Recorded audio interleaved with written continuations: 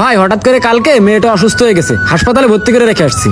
এখন এই মাথায় অনেক টেনশন, অনেক লোকের কাছে গেছি কিন্তু কারোর কাছ থেকে উপকার পাইনি, তাই সবশেষে তোমার কাছে আসলাম। আপনি সবশেষে কেন আমার কাছে আসবেন? আপনি সবার শুরুতেই আমার কাছে আসবেন। কোনো প্রবলেমে পড়বেন ভাই, এরপর থেকে আপনি সবার প্রথমেই আপনার এই ভাইটাকে স্মরণ করবেন। আচ্ছা ঠিক আছে, এখন 10,000 টাকা হবে তো? হ্যাঁ হবে না। ঠিক আছে, তাহলে এটা নিয়ে আপনি সোজা হসপিটালে চলে যান আর মেয়েটাকে সুস্থ করার ব্যবস্থা করেন। আচ্ছা আমি যাচ্ছি, আর এই টাকা আমি সময় মতো পৌঁছে দিবেন। আরে টাকা দেওয়ার চিন্তা পরে ভাই, আগে আপনি মেয়েটাকে সুস্থ করেন, তারপরে অন্য হিসাব। যান তাহলে। আচ্ছা ঠিক আছে। এই মামু, আমার একটা কথা বুঝো। তুমি আমাকে একটা টাকা দাও না, কিন্তু এই লোকটার সাথে যখনই দেখা হয় তখনই এত কদর করো, এত সম্মান করো। বিপদ আপদে পড়লি মানি ব্যাগটা টাকা বের করে দাও। এর কাহিনীটা কি? ভাগ্নে, উনি টাকা মেরে দেওয়া লোক না, আর জীবনে সে আমার যে উপকার করছে ওই উপকার কাছে এই উপকার কিচ্ছু না। এই লোকটার সাথে আজকে থেকে 2 বছর আগে আমার পরিচয়। আমার অবস্থা তখন অনেক খারাপ ছিল, একবেলা খাইতে পারতাম আর একবেলা না খেয়ে থাকতাম।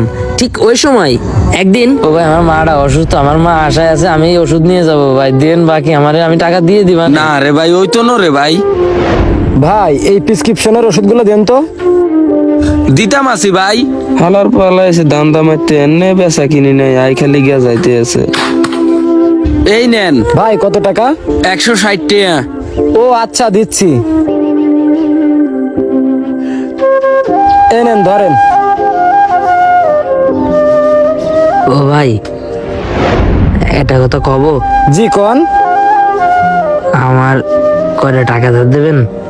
কি করবা টাকা?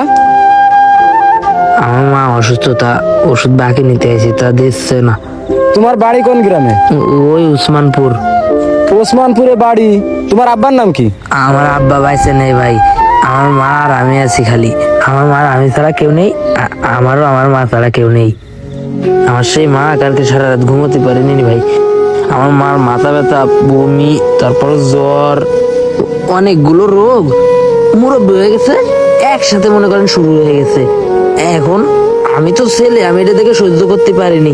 আমি সকালবেলা চলে আইছি, এসে ভাইয়ের কাছে সকাল ধরে 1, 2, 3 ঘন্টা বসে আছি, না হলেও ভাইয়ের মন নরমই হচ্ছে না। ভাইয়ের আমি কয়টা টাকার ওষুধ বাকি দিতে করছি, তাও দিচ্ছে না। এখন আপনার কাছে ওই যে টাকা নোট রয়েছে, ওখান থেকে আমার কয়টা টাকা ধার দেবেন?